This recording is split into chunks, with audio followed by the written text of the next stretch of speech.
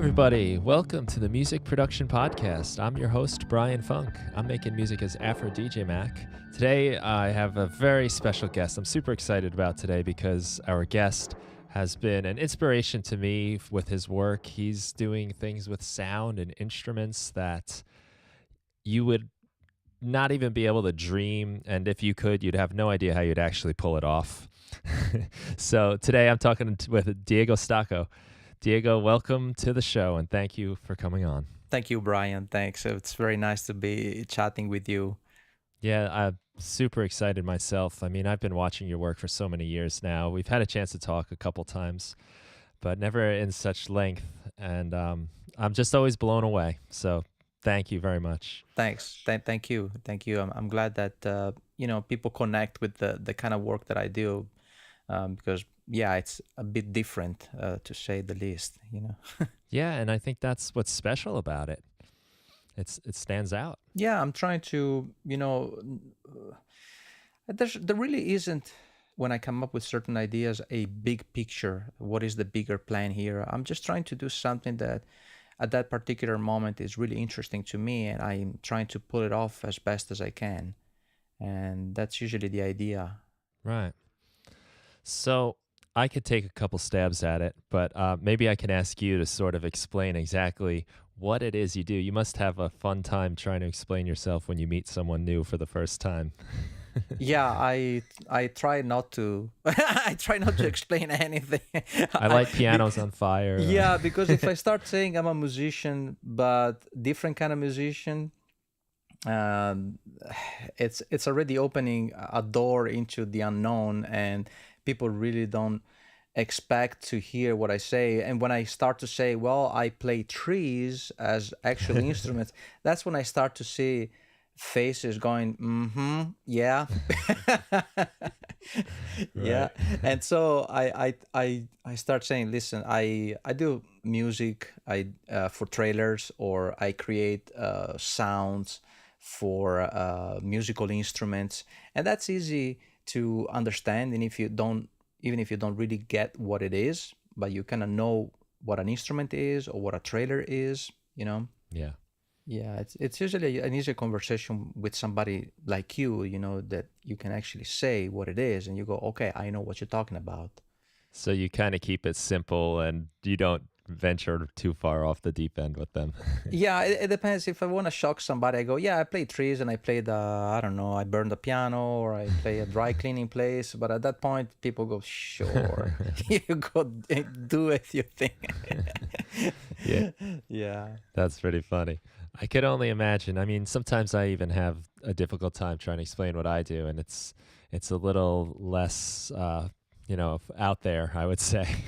Yeah, and actually, there's an interesting thing about sound design itself, the name and the what this thing is, that it is confusing even within the industry, because it didn't start the way it is now. I mean, sound designer used to be the guy who creates the world in a movie, like the sonic world outside Foley and music for a movie.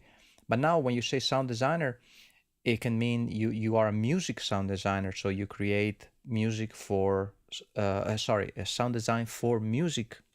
And so I am still trying to figure out a way, and I don't think I have it yet. So maybe it's more like an open question for everybody that is out there figuring out the same. Is there another name that could be used? Another name that would make sense, Right. In terms of sound design for musical application. Mm-hmm. Yeah, we need a catchy little thing to sum it up. Someone needs to coin a good term for you. Yeah, or maybe we do a poll or something. We decide, hey, this is what we decide to call it, and from now on it's going to be this. Because synthesis, it's a good term, but it's only limited to synthesizers, Right. And when you do the kind of stuff that I do, which is mostly acoustic, and then it's processed and transformed, it doesn't really apply. Right. Well, I noticed on your website you have Explorer of Sounds, which I think is a pretty good way to put it. Yeah, it kind of makes sense, because that's what I try to do. And there's this connection with, I go to a certain place and I listen to that place and then I draw inspiration from it. I never like to do something that is too literal, Mm. that doesn't really interest me. So a place to me is like, how do I feel when I get there? What do I imagine when I am there? And then I can transform that feeling into a sound that can incorporate a source that came from there or not. Hmm. Yeah, I may have mentioned to you I teach high school English Mm-hmm. as a actual grown-up job. Yeah. And one of the things I talk a lot about them with their writing is Hmm. sensory imagery, which is when you're using the five senses to describe things. Right. Because, that's how we experience our world is through our five senses. And without them, how would you even know you were in a world? Easily, yeah, you wouldn't, I think. Mm. And one of the exercises I always do with them is to like have them just close their eyes and just listen. Mm-hmm. And like they'll say at first, like, I don't hear anything, and then when they close their eyes, they realize there's actually a lot of different noises going on. Right. And pure silence is almost something we never encounter.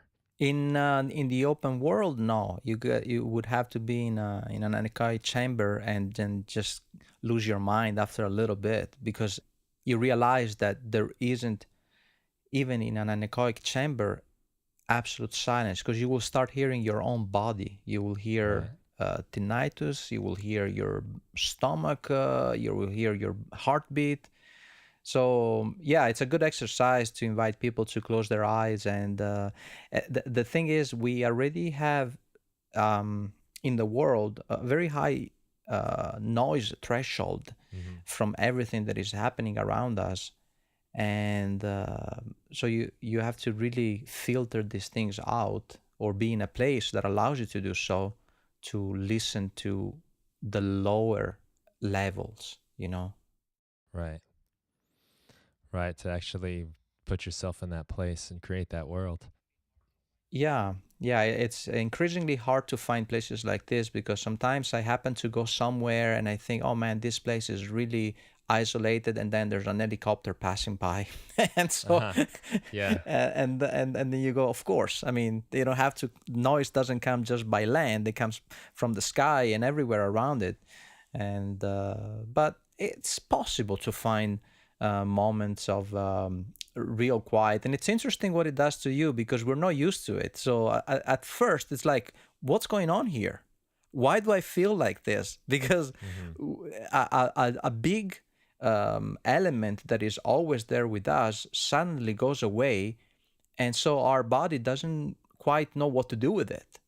I had the experience. I don't know if maybe I am the only one having the experience, but I don't think so. But I had this experience where you go in these places that are isolated and you have to just chill. You have to just, okay, let me just enjoy this and for a moment become part of this, whatever this is, without panicking, without feeling, okay, I'm missing my usual sonic points of reference, that tell me where I am in the world.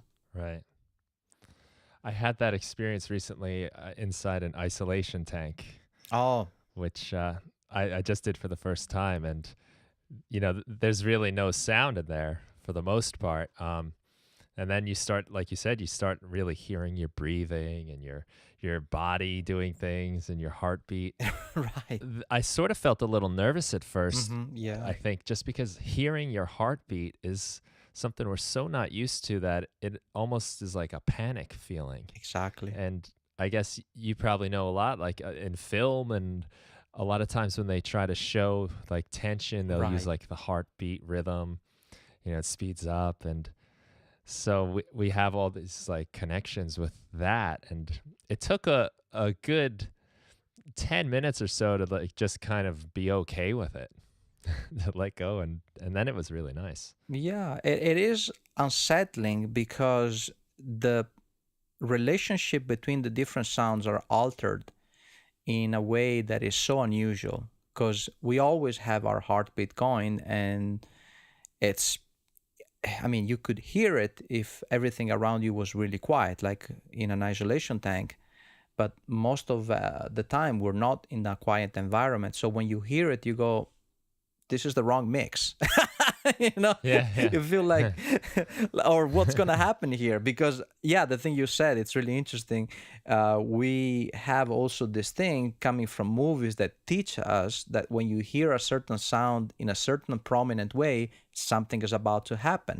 Hmm. And so we're used to, am I gonna drown this tank thing? you know Yeah, for sure. And that's like definitely, it's such a weird experience to begin with.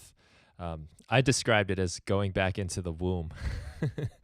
You just kind of taken out of the world and nothing else is really happening anymore.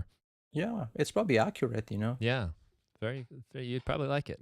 I would. At some point I might do it. I haven't had a chance to do it because yeah, the thing is, if I hear something really cool, I want to record it or try to record it.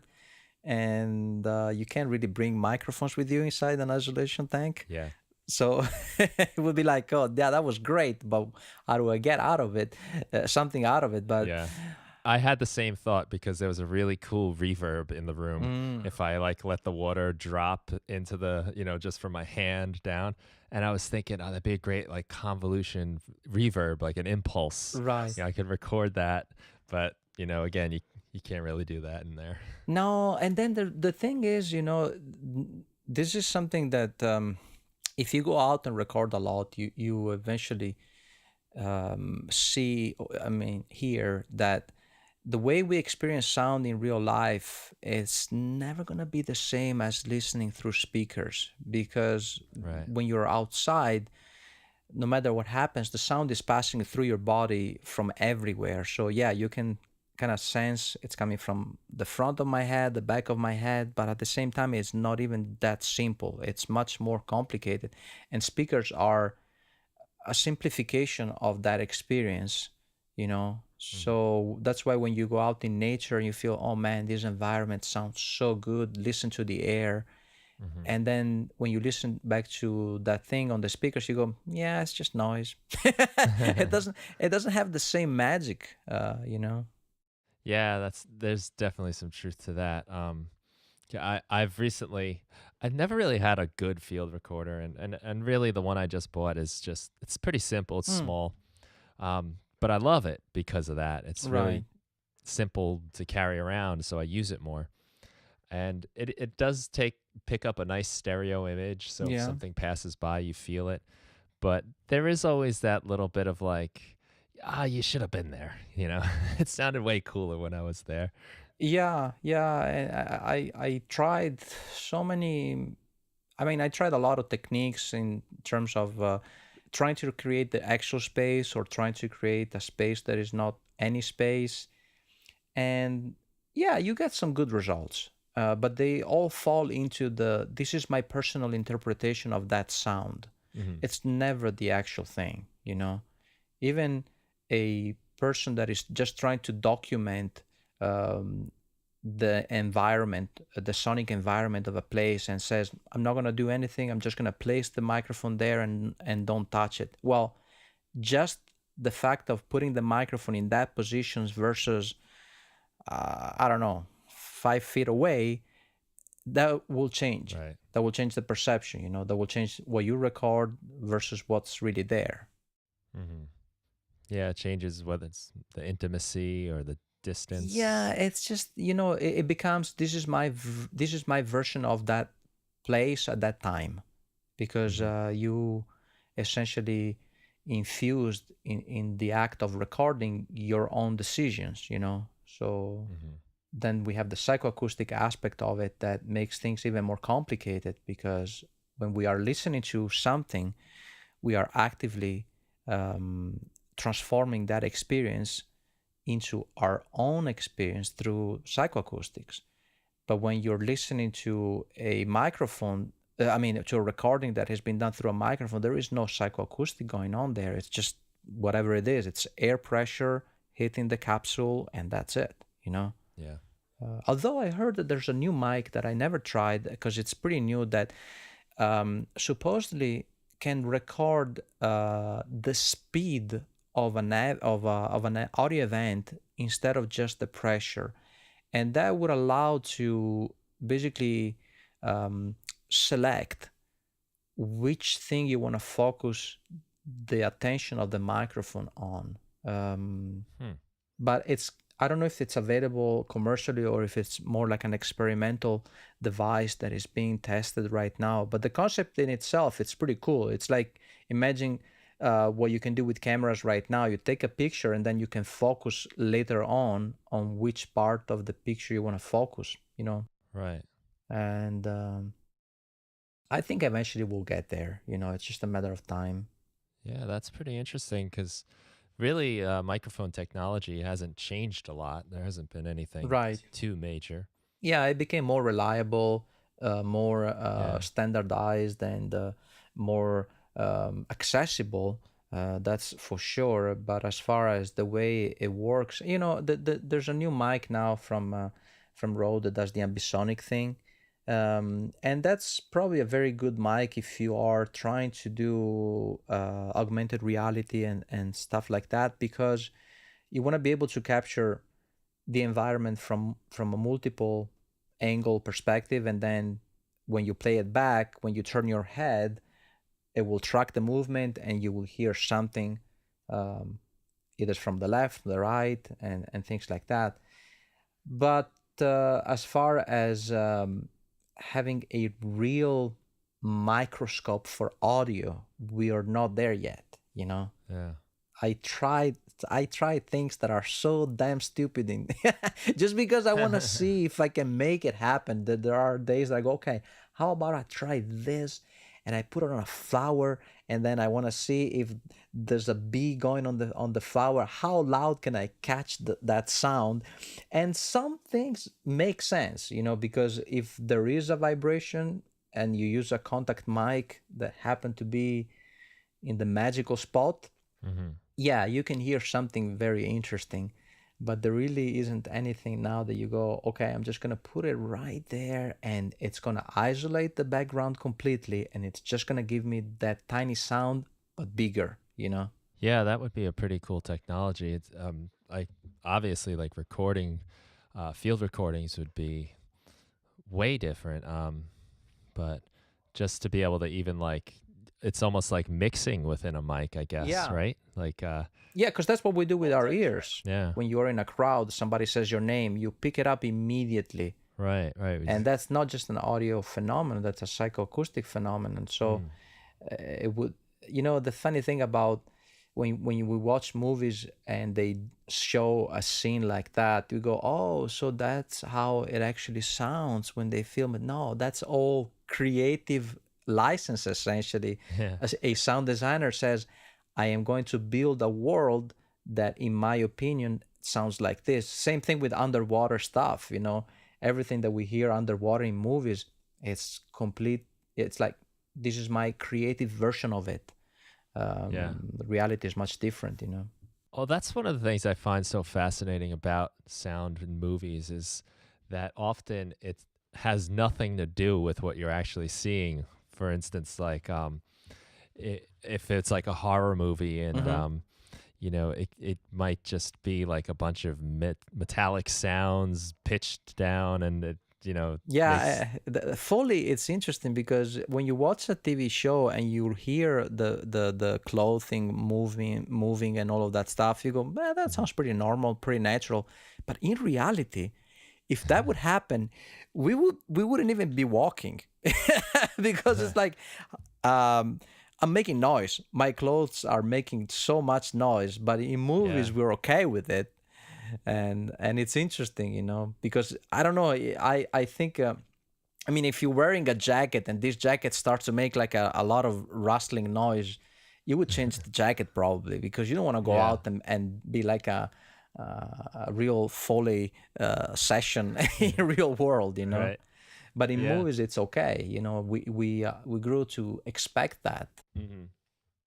I think it's always funny how sometimes these like recreations of sound more like the sound than the sound itself. Yes, yes, and in a way, that's what I try to do with some of my stuff too. Because you know, if you listen to basic reality Hmm. of a sound, and that's already a concept interesting in itself, because I don't believe there is such a thing as a base reality for anything, because everything is a byproduct of what our brain does with whatever signal comes in. But that's basically the way I do my work. I listen to something and then I focus my attention on a particular detail or a particular band of sound, and then I extract that, and I can use a variety of techniques to do so. But essentially, I am putting my own creative filter on what I hear. And that's the same thing I do with my custom built instruments, because if you take some of my instruments, some of them already have a pretty distinctive timbre. Let's say the basso forte, it's pretty unique in the way it sounds. It's also kind of wild because the tuning is all over the place, because of the way I built it. But there are other objects that are not so defined. So, in other words, the object is one step and the recording technique it's another step. And when you combine them Right. together, you have a sound. Hmm. Well, how much of what you do, um, I mean, if you look at like some of your work, like you're in all these crazy environments playing with things that no one would ever think is a musical instrument. I'm looking at a picture right now with a looks like a spoon and a fork, rubber band over a Oh, cooking yeah. pot Yeah. with, like there's just how much of this is a deliberate, I know what I'm going for, and how much of it is just, I'm just going to try some stuff out and see what I get. It's a little bit of both, because in that particular example, what I was trying to do, I was trying to create a sound of a, how do you call the dragonfly? Okay, I think. Okay. But a dragonfly in reality probably sounds like a fly, like a big fly. It's got bigger Mm. wings and can fly faster, but you don't really hear it. It's just really Hmm. tiny. And so in my mind, I was like, okay, what if I am actually hearing this dragonfly and it's made of metal? And so, Mm. how would I translate that motion? What do I need to make that motion happen? So the spinning thing, the fork and the spoon suspended with the rubber band so that they can vibrate and make this tiny little sound. So yeah, there is sometimes a an idea that I imagine, and then I kind of figure out how to do it. And some things are easier to do than others, because I might have done it in the past, or I might have done something similar in the past. So now I don't have to go. I don't have to start from zero. Right. You got some experiences and a baseline knowledge of where Yeah, the types of sounds you're going to get. I think I got the bee the the recording and making sounds out of bees pretty covered, because Uh-huh. I recorded quite a bit of that stuff. Yeah, and that's like one of the things. I think maybe one of the first times I saw your work was like the music for trees or music Mm-hmm. made with trees, Yeah, um, where you have a violin bow going on like the leaves and yeah, all kinds of just creative. It's almost like you went out there and did all the things you're not supposed to do. exactly. you were give you're given these tools in as if like you've never seen them before, almost, because I think a lot of us, we have our preconceptions and our background knowledge gets in the way of our creativity. Yes, yes, and it's true. And um, I somebody else made this point recently. I don't know if it was a comment that somebody wrote. He wrote something like, um, "You make music like as if you never heard music before, Mm, and yet it kind of makes sense. What comes out of it still makes sense." right. And I agree with you. The preconception is a big problem, because this is this is something that started when I was very young. When I was 11, I went to the conservatory, in my hometown in Italy, and it was not a good experience. Number one, because I didn't really want to learn violin. I want to learn piano, but there wasn't any spot available for piano. So at the admission test, they said, "Hey, if you do violin, then you can do piano as a complementary instrument." And I go, "All right, well, it's not really what I would like to do, but better than nothing." And so I went with that. Yeah. But then I realized that I hated violin with a passion, because I think especially at the beginning, it's so hard to understand the bowing technique. And when you're a kid, you don't have the Yeah. patience to just, be accurate. So this thing was making these Right. horrible noises, and I was Yeah. getting pissed every day more. And so uh, throughout this year, I was just getting really detached from what I was supposed to study. And in the library, they had avant-garde music. They had these records of avant-garde music. And one day I started listening to these things, and I go, I like what I hear. It's wild, it's bizarre, but it's they're trying something new. Because you Yeah. hear classical music all day long when you're studying at the conservatory. You just walk in front of a room, somebody's playing something out of a piano or violin or whatever. So when I heard these records, it was kind of a light bulb moment for me. And I remember there was a guy there. He was older than me. I think he was 3 or 4 years older than me, and he was studying cello. So he was, on his way to be a classical cello player. And he was also a little bit of a snob. And Hmm. so he came into the room and said, "Just stop this nonsense. This is not music." And Hmm. that moment to me, I didn't really said much. It's not like I cared much. I kept listening to my thing, but I thought this is interesting, because when you have this preconception of this is not music, you are precluding yourself from experiencing a lot of things that are not supposed to be music or non-traditional. Right. Right. But my definition of music, and this is probably something that somebody else has said before, if you are intentionally and artistically um, composing and arranging sounds in a certain way in a timeline with a precise intent, then it is music. Because Hmm. nobody ever said if you don't play a piano, then it's not music. Right. We kind of feel that, okay, you're playing a certain sequence at a certain speed, and you're playing it on a piano. But if I do the same thing on something else, who's to say that this is not music? Hmm. Yeah, that's cool. The violin's a funny example too because it is an instrument that takes so long to make a decent sound out of, whereas a Yep. piano, you just walk past it and put your finger on a key and it's a musical note. Yep.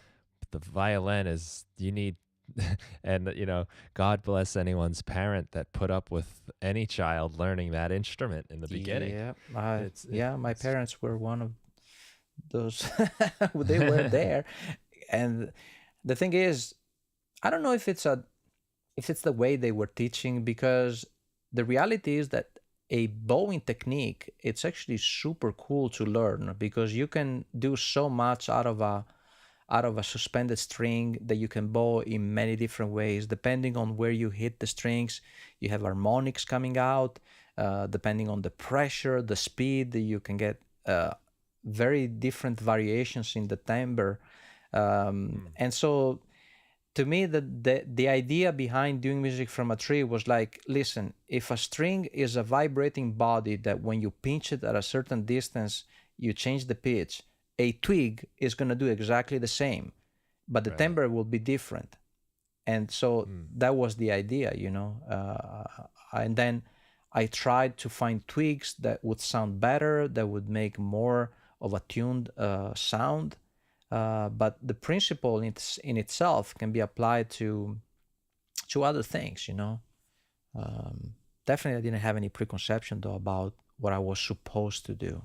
I just did what I thought was fun. Yeah. I, And it's clear in watching any of your work, you are a very knowledgeable, well trained musician. So it's not like you're the person that just didn't know what they were doing with anything and just started banging on Right. stuff. I think that's part of what makes your work so incredible is that you're able to kind of like wipe away all that training in a way to be creative, but yet use it to produce interesting and unique music. Thanks. Yeah, it is true because the thing is, I started music when I was a kid. I started classical piano a little bit, so I am familiar with, the basics. And I never became a classical pianist myself because I have a bit of a terrible memory. So even when I'm playing something, after a couple minutes, I go, huh, what was that line that I just played? It's gone. I mean, seriously, I Yeah. don't even remember. But yeah, so I studied a little bit of classical music, and then I went through pretty much the training that you would go through to become a sound engineer, because I was working in this studio at the beginning. I was doing commercials for radios, so I was recording voiceover. I was recording choirs that I could do because I knew how to harmonize. So I was making jingles. So I was writing the score, making the singers sing, and then it kept going for a while. I did a lot of radios in Italy, and then I kind of became tired of it, and I wanted to do something bigger, something different, and that's when I started, contacting Spectrasonics, and from there on, you probably know what's happening. It kind of took everything was okay. Now I have an environment where I can really create things, and there's an outlet for it. So that Yeah. that was a major thing. But yeah, yeah, when I try to play something that is non-traditional, I don't care if I am going to play a note, one single note, or two notes in a row, or five. It doesn't really matter. I'm not trying to prove anything at that point, except that I think there's an interesting sound in there. So Right. it's a convergence of all these things that I learned that seems like, oh yeah, you're just playing a tree. Yeah, well, I am playing a tree, but at the same time, I already know what I need to do from a sound Hmm. engineering standpoint to record that sound in a way that I want. That's why the stethoscope mic and all of these things, that they look really fun ideas, but there's a logic behind it. Like, I need the Yeah. bass. How do you capture a bass from a trunk, a tree? And Hmm. so you come up with certain ideas to make it happen. That's something that definitely comes across too, if you actually pay attention to what you're doing. In I'm that, glad. I'm glad that you did notice well, that. for one, I mean, you are definitely pretty skilled with your hands as far as like construction goes. You're building all kinds of stuff. I imagine I could only imagine what kind of place you live in. Yeah, it is It actually must well. be really exciting looking. It started as a regular house, and now it starts to look more like a workshop, and that's a constant struggle for me because that's the space I need. Uh-huh. I wish I had the workspace I had when I grew up as a kid, because I don't come from a family of musicians. So my dad is a butcher, okay? My grandfather was a truck driver. My uncle was a welder. Hmm. So I grew up looking at them doing things, building things, fixing stuff, and then that's the kind of stuff that I picked up, you know. Right. And they had, in Italy, out in the countryside, a big garage with a big workshop, and that's the kind of space that I'm trying to figure out. But it's hard because in LA, how do you find a space like that in the middle of the city so that you can still Right. be connected to all the things that you want to be connected with, and at the same time have yeah, I don't even like the idea of having a traditional recording studio. It's such a boring concept for me, because yes, it Hmm. works really well for certain technical things that you're trying to do, But to me, the ideal situation is a hybrid between a workshop and a studio. So maybe I just need like a whisper room in a workshop, Yeah. and that will provide the quiet to record things, and then I can just open the door and hammer things together if I have to. Hmm. Yeah, it's something I always. I mean, my whole space is in a basement. It's my basement. It's not the traditional studio, and I really like that about it, though. I like the weird character I get in sounds, and the fact that I can go over and go around the corner and the boiler's there, and if I want to try to get some weird noises, I can wait till that thing turns on and just record it and have fun. Yeah, I mean, a basement is actually a pretty good arrangement because you're already um, halfway, you have already a little bit of padding around that helps with the Right. sound, I imagine. But yeah, I mean, I, it really, there's this thing, where you might want to feel like, oh, I need to be in the right space to do the right thing, Hmm. the right project, to have the perfect mix of circumstances. I don't think I've ever been there. I don't think I've ever had Hmm. this is the ideal space at the ideal time and the ideal everything. I just get the best out of what I do, what I can have in that specific moment. Yeah, well, that's recording is really capturing kind of this moment in time, really. And I've always enjoyed that about recording in weird and unusual places because you get whatever sort of is happening there. And it might even be that I might open the window and there's some bird chirping out there, and that little bird's gonna make it on my guitar track, Right, and right. that's sort of like the magic of the universe aligning or something like that, that I could never do that again. Right. Yeah, it's true. There's actually you just made me think about there's a Target close by here, and on that parking lot, there's one tree in particular that seems to be like the assembly of all the birds.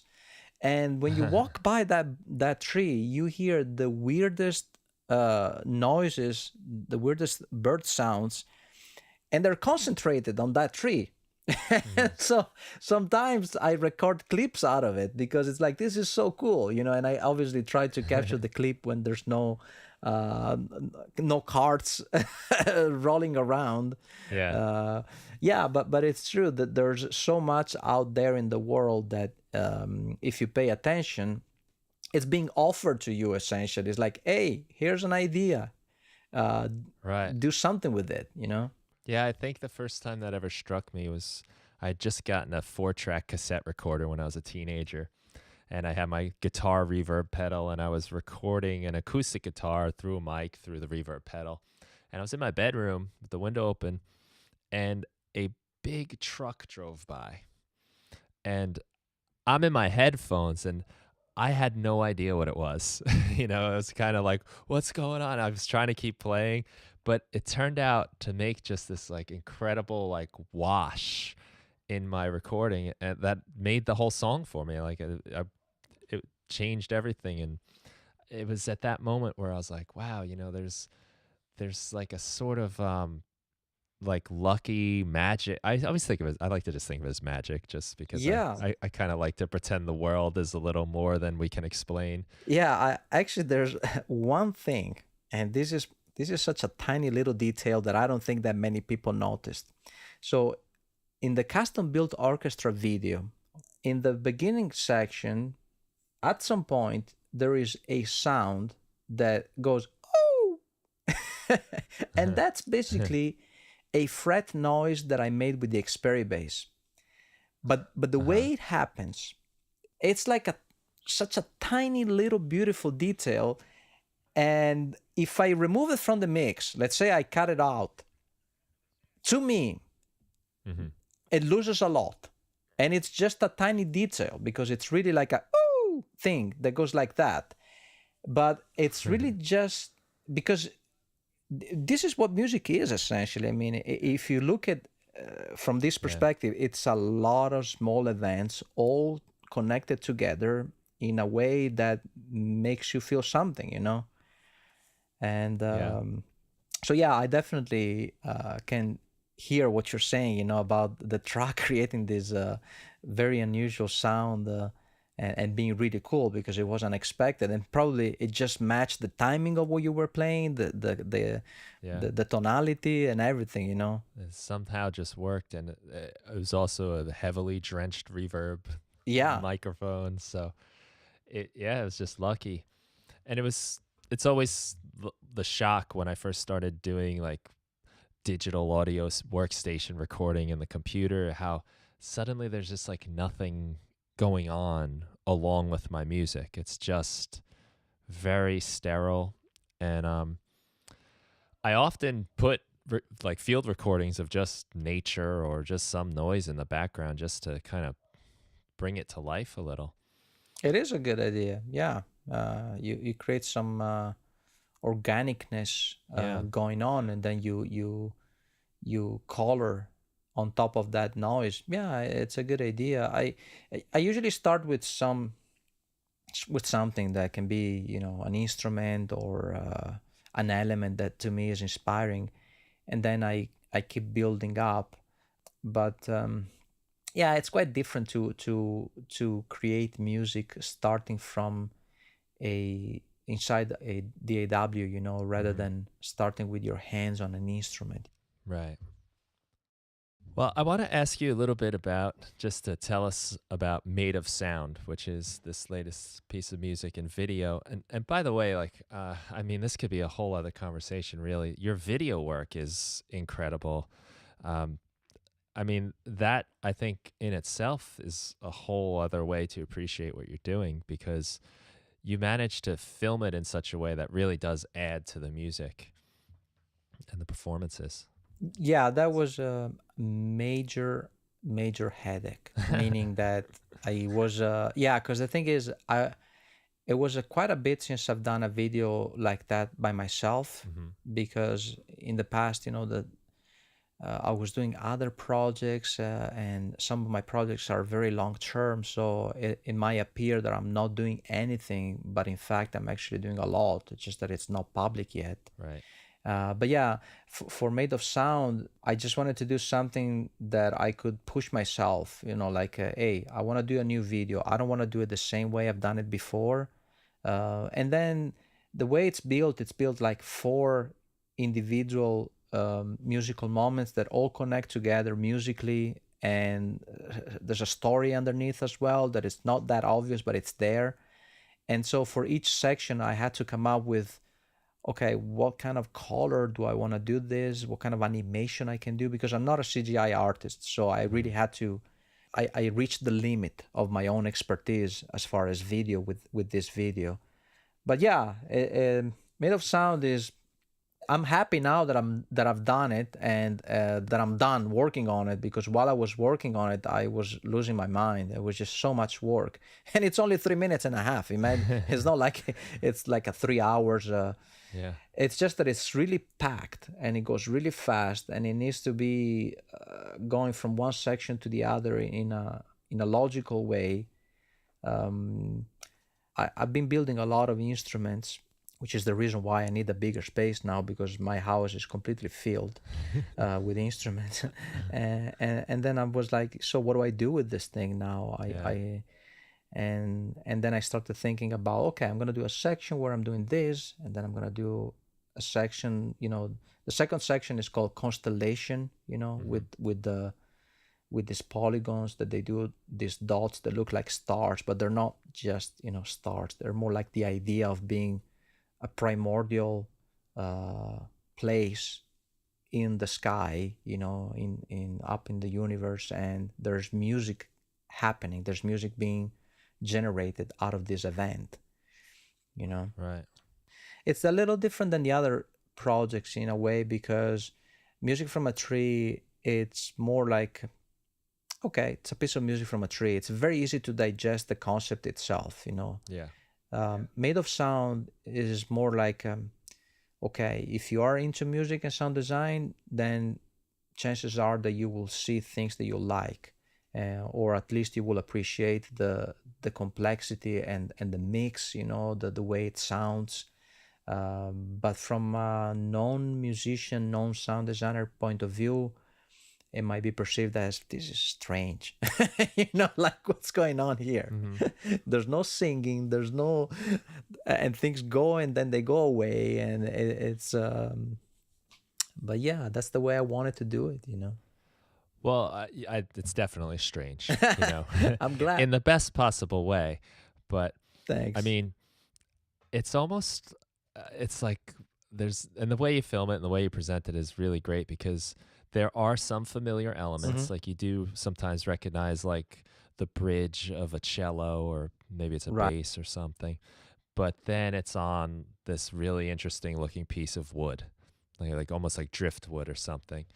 And it has this, it kind of reminds me a little bit like Tim Burton-y, Interesting. like Yeah. Edward Scissorhands look, Right. Right. just because it's so, there's a familiarity and then just like you said, this like bizarre otherworldliness to it.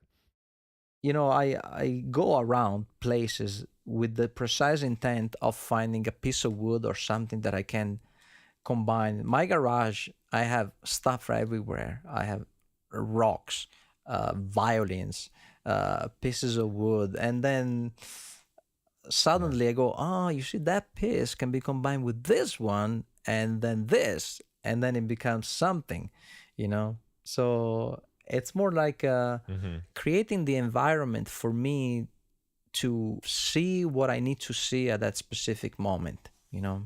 So you've got a whole collection, almost like someone's sample library, maybe. You just got a whole collection of raw materials that Yeah, you're just yeah, finding uses for, and yeah. I have too much stuff actually uh, because eBay. It's like a rabbit hole that you go down and yeah, can sure. can come out. But that's the way it works. If I were to say, yeah, I have an idea for an instrument, and then I need to wait for the material to arrive, then maybe the idea goes away. Right. So there's also an immediacy to the process. Like I gotta have these things in my own possession already to put them together in a way that makes sense. Hmm. But I always go around seriously, like looking for something or listening for something. The one of the elements of the constellation instrument, it's this piece of metal that I think it's called a weasel, a garden weasel. Mm. So it's like a rotating. It looks like a silver star. Okay. That kind of use it to like stir up the soil, right? Yeah. Mm. And it kind of you push it and it goes forward and it makes a trace on the ground. Right. And I went to the hardware store one day and I, not accidentally, because I tried to make sounds out of everything. They must know you well over there. Yeah. Oh, yeah, yeah, yeah. Here's the guy that will buy all our broken junk. Exactly, exactly. Yeah. Yeah. Anytime I go to that store, I know everybody there. That's cool. Man, there was a time, I'll tell you that this is also for the custom built orchestra. I went to Osh. Now Osh is no longer in business, I think. I needed to basically find a set of washers, big washers. They were in tune. So I was trying to build a scale. So I basically dumped the whole container on the floor and I was trying them individually. It took me probably 2 or 3 hours to find the scale. And obviously, there's people passing by Right. and they're looking at me and I'm hitting them with a nail or something else. And they go, what the hell is going on here with this Yeah. guy today? But then I found that scale. I was happy and I built this thing. It was the Glockenpiano, that was really a cool sound the way it came out. Now that instrument is gone, because I transformed it into something else. And this is something that happens, sometimes an instrument exists only for a certain amount of time because I go, you know what? I'm going to change things. I'm going to take this part and I'm going to rearrange it with something else. Right. That's cool. But yeah, but about the garden weasel, it was the same thing. I saw this thing and I go, man, that looks really cool. And then I hit it and it made this beautiful sustaining sound. I actually have it here. Let me just grab it real quick so that you can hear it. Sure. Yeah, that'd be great. So the instrument itself has pieces of wind chimes, a triangle. Uh, so these are the wind chimes part. You can hear the notes. Yeah.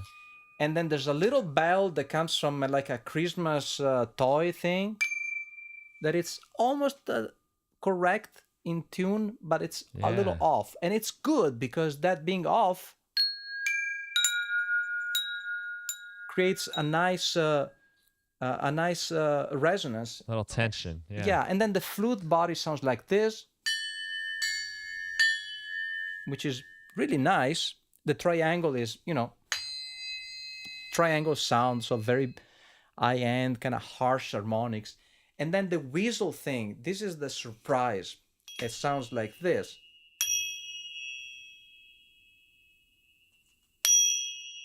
So it's got a very long sustain and a beautiful timbre.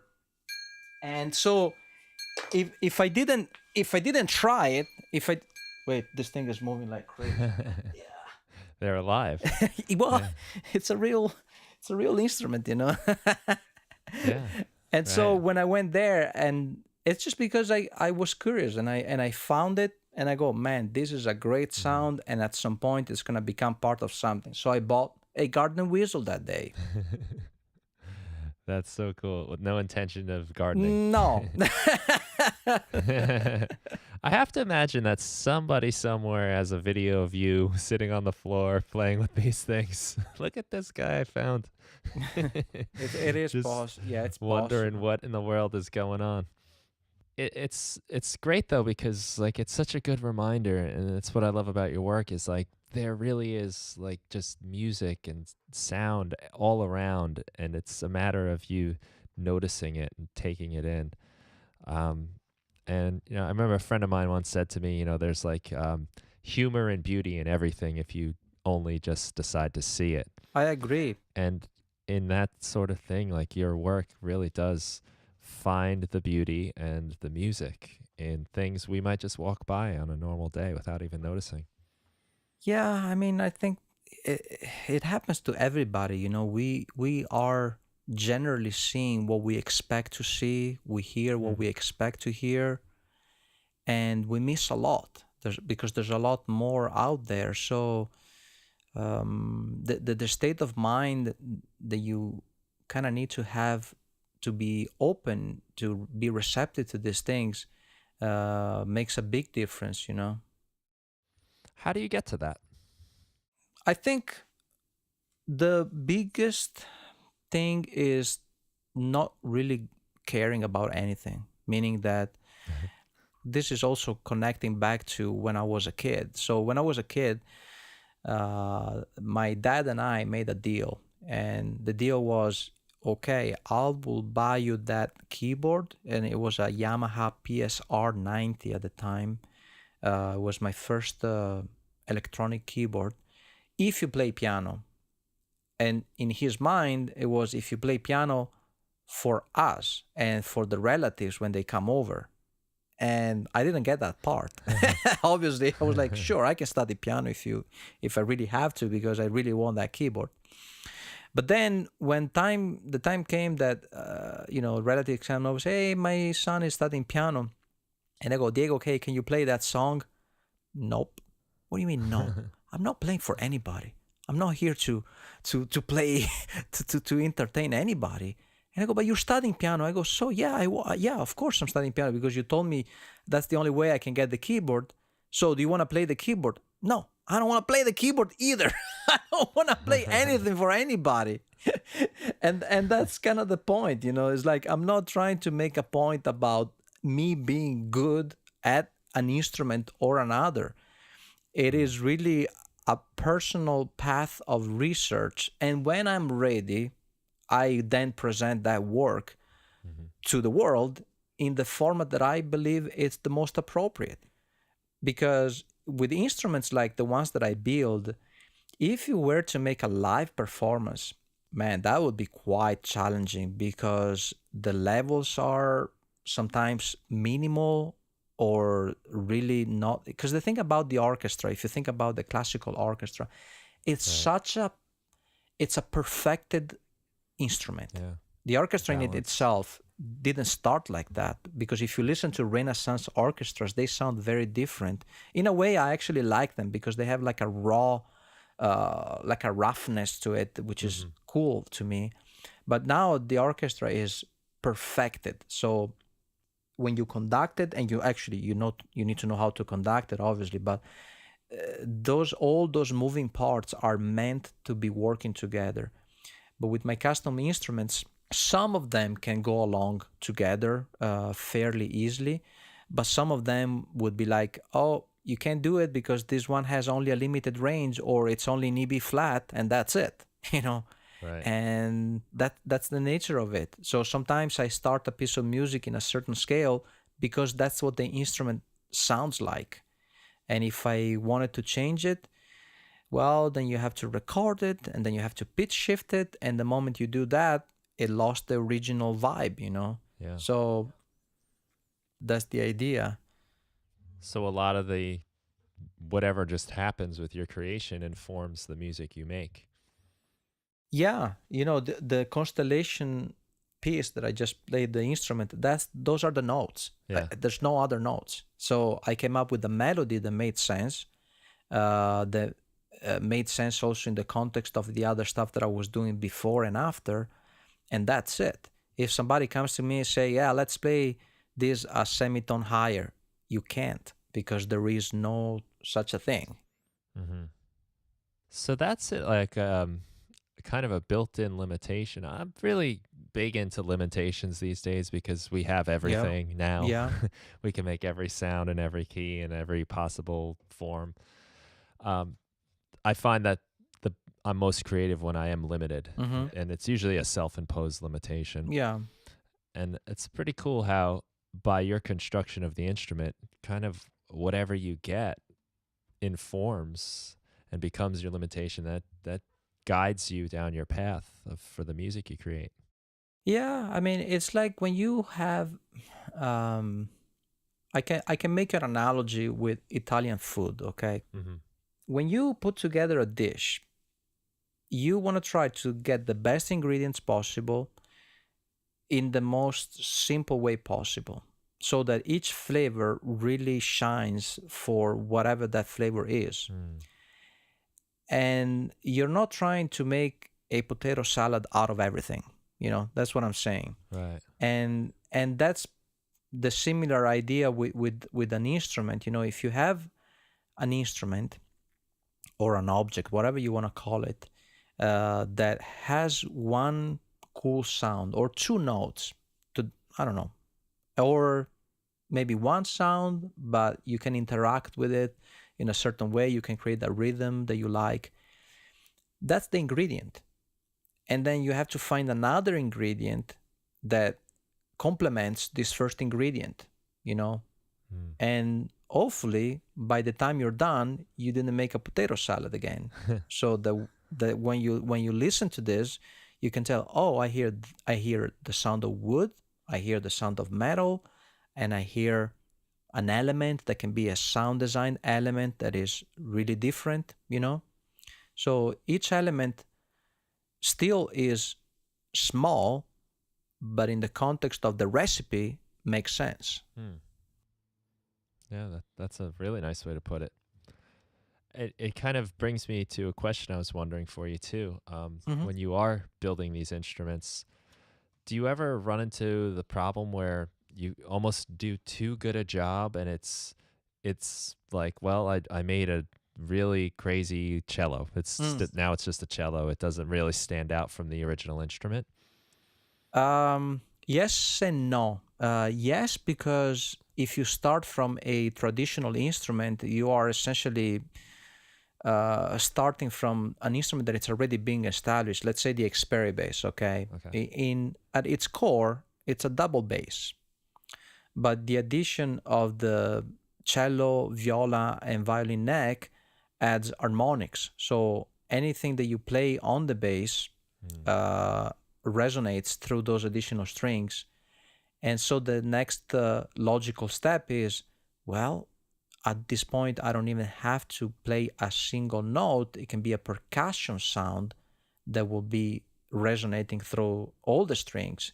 So it kind of leads you to a different path, and so yeah, there really isn't a limit or a problem in itself, because it depends where you start from. So in the case of the Xperi bass, the instrument itself is probably 30% of the sound that you hear at the end. The other 70 is a combination of the way I play it and the way I record it, Right. and finalize the sound. Hmm. That's cool. I know, like, for my own work, say if I'm sampling something, I make a sound, whatever it is, it could be anything. If you zoom in on that sample far enough, you get the single cycle waveform, and then it doesn't even matter which sound you've recorded, they all sound the same pretty much. Yeah, depends how zoomed in you go, but yeah. Yeah. But that's a great point. A lot of what makes a lot of the video so interesting is how you're playing this, no less. I mean, just looking at it is fun, but there's also the consideration of what you're using to excite the string, how you're miking it, and all of that really must play a big role into the sound you ultimately get. Yeah, it does. Constellation, for example, I could play it with a lot of different things, and I tried a lot of different things actually. But I ended up using the back of a piano hammer. Hmm. Why? Well, because of the weight of the piano hammer, because of the width of the piano hammer in the back, and because when I hold it in a certain way, the different wind chimes that are connected to the piece of wood, when you start playing the notes, they start swinging around. So if you are using a tool that is a little smaller, you cannot even catch the note because this thing is going all over the place. So you need something a little bigger. And also the type of surface makes a big difference on the timbre, Right. So if I use a piece of metal, it's going to make like a ting, kind of a thinner Hmm. attack. And the harmonics that comes out of it also will be different. So yeah, sometimes you see something that I'm doing is like, why is he using the back of a piano hammer? Couldn't he use just a piano, a drumstick, Yeah. or something else? Well, there's a sonic reason, Right. because I tried that already, and I ended up liking the piano hammer the best. Yeah. Hmm. Yeah, that's very interesting. And it does look cool too, by the way, Thanks, the thanks. piano Yeah, hammer. I was going for something that would look really nice on the video, and would also make sense in the story that I was trying to create. That's why, Hmm. it has lights. I carved the holes throughout this piece of wood and put lights inside. So when you turn them on, it really looks like it's part of the sky. Yeah. And it's just something floating up there. Right. Yeah, I love it. It's as much visual art as it is sonic, and the two of them together make it even more powerful. Thanks. Yeah, that was kind of the idea. That's why the concept behind Made of Sound might not be as easily digestible like music from a tree, because there's a Yeah. lot more work behind, a lot, many more layers that you can read. Right. Very nice. Diego, where is the best place for people to find you? Where do you like to send people? Is it diegostocco.com? Yeah.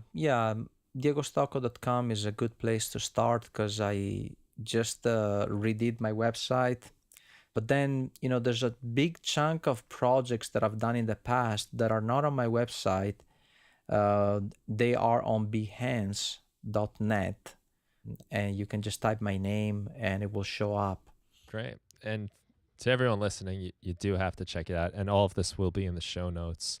It's beautiful, and there's a lot to look at and take in, and it really does add to the whole experience. And I think you've done a great job showcasing Thanks. your work Thank you, Brian. for us all.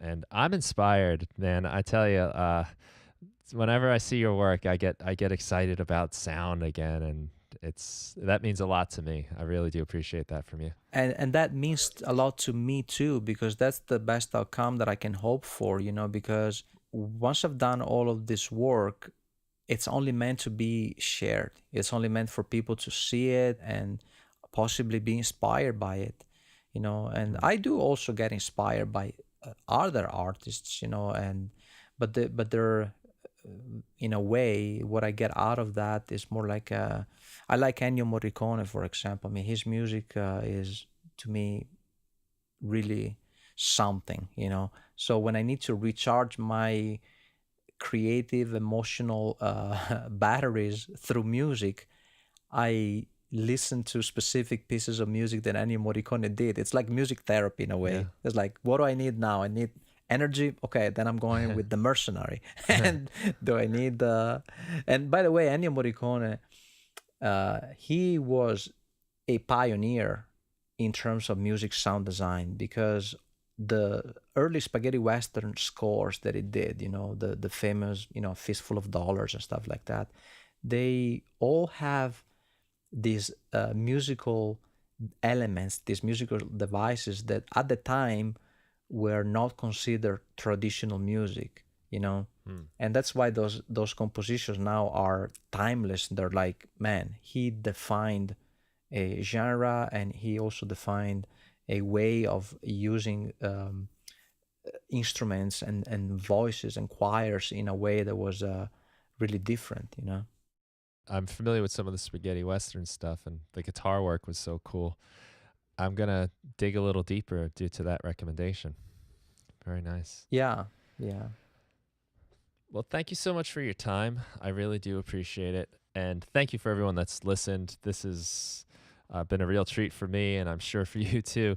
Definitely check out Diego Stocco's work. It's unlike anything you've ever seen, I'm sure, which is only part of what makes it so great, because it's just entertaining and fun and fascinating too on its own. So yeah, thanks so much, Diego.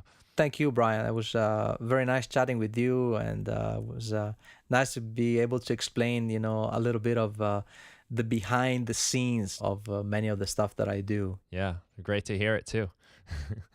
So thanks a lot for listening, everybody, and have yourselves a great day. Take care.